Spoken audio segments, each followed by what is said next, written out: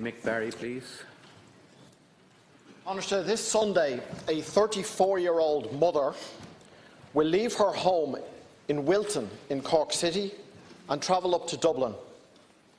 On Monday, she will head out to the airport and take the 7:50 a.m. Ryanair flight to Barcelona. The woman's name is Noreen O'Neill. She is the mother of a 2-year-old boy, Michael, her first and only child. Michael will not be coming on this trip. Flying is not good for Michael. He was born with bilateral frontal polymicrogyria, a drug-resistant epilepsy. This condition caused Michael to suffer up to 20 convulsions per day before he even reached his first birthday. Now, the Irish Health Service offered Noreen 10 different anticonvulsant medications for Michael. Unfortunately, none of them worked. In January of this year, Noreen began treating Michael with CBD oil. The CBD oil served Michael well. For 4 full months, he was seizure-free. When the seizures returned in the summer, Noreen increased Michael's CBD dosage. He is now at maximum dosage, but the seizures, far less than before the treatment began, are still there. They haven't gone away.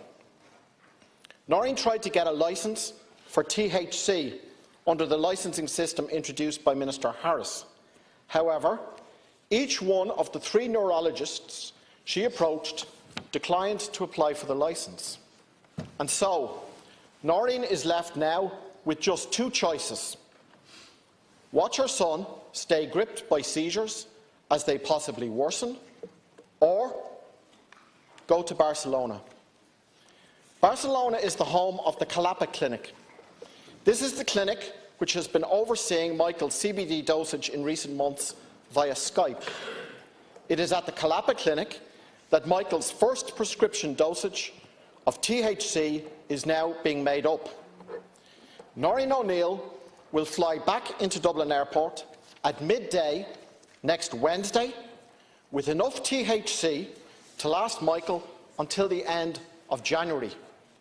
Taoiseach, do you feel any sense of shame that you are a minister in a government which forces Irish women to go abroad for healthcare for their children? Do you accept the very fact that Noreen has to make this journey is a sign that the licensing arrangement is at best inadequate and falling short for many, many people? Are your customs officials going to take Noreen to one side next Wednesday and confiscate her child's medicines? Do you agree that the law should not be an ass and must change so as to provide for the healthcare needs of the population and to prevent this kind of situation from happening in future? Thank you, Deputy. Taoiseach. Deputy, I'm not familiar with the individual case that you refer to, but I'm certainly familiar with the issue and have been personally involved with other families.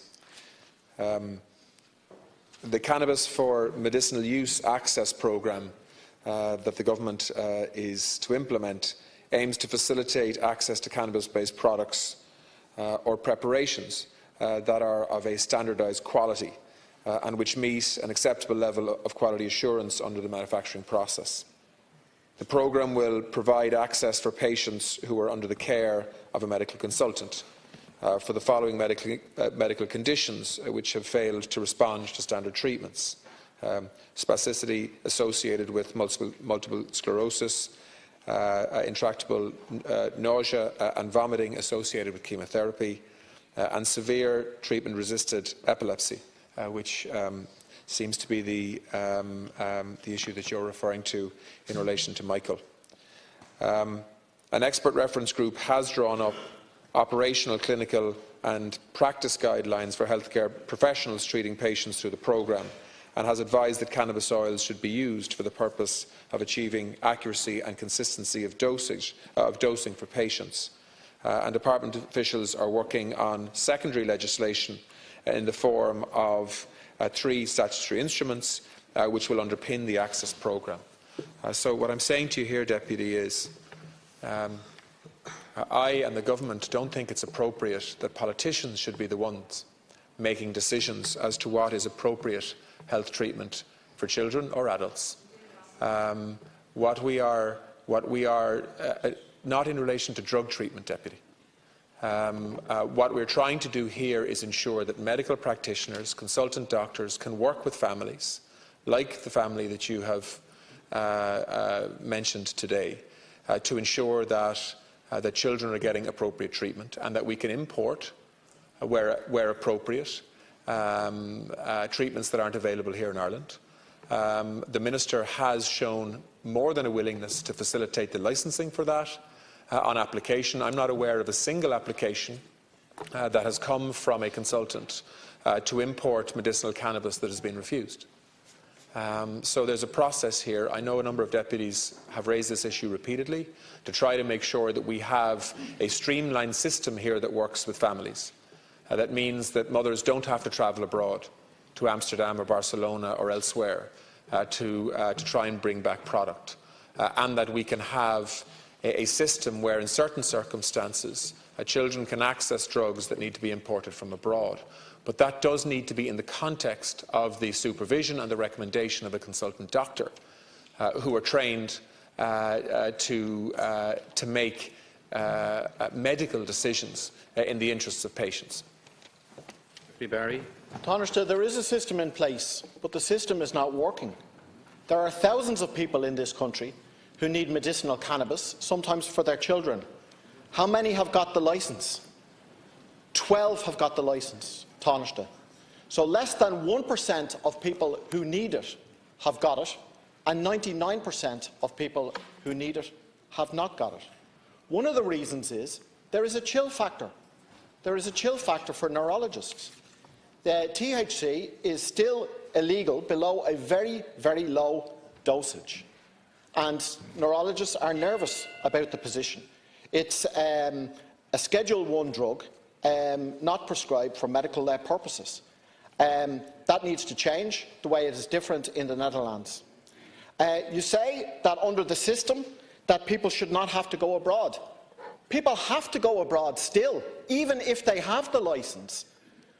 The likes of Vera Toomey has to go to the Netherlands in order to get the treatment for her daughter Ava, as do other people with the licences. So even if you're lucky enough to be in the 1%, your government still forces people to go abroad for the healthcare needs of their children. Final point, Count Corla, is that this is going to be a big issue in the next week.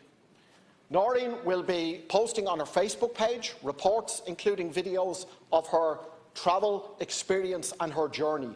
People will watch that, and they will watch very, very carefully to see what your customs officials do next Wednesday. Do they take her to one side and confiscate medicine that her child needs, or do they recognise reality and allow her back into the country with the medicine that is needed for her son?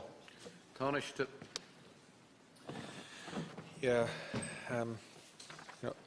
All I'd say to you, Deputy, is that I believe that these issues need to be resolved in a way that prioritises the health care of the children, because by and large it's children that we're talking about here. There have only been 12 applications for those import licences, and they've all been granted. So the Minister has shown a willingness to try to ensure that when a doctor seeks an importation licence for a patient in their care, that licence is given quickly.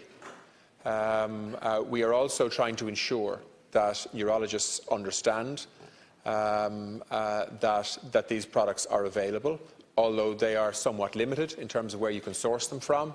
In terms of licensed export of these products, my understanding is that only the Netherlands and Canada actually do that. And so Department of Health officials are working intensively to try to make sure that we can streamline the process whereby appropriate drugs come into Ireland, or appropriate cannabis products come into Ireland, so that children can get the treatment that they need when they need it. I think that is perhaps a different thing to what you're asking for. And so the only focus here of government and of the Minister is to make sure that appropriate products of the right standard are being used by patients in Ireland under the supervision of doctors, and that we can work with the families concerned Time is up. to make sure that that process happens in a timely and a streamlined manner.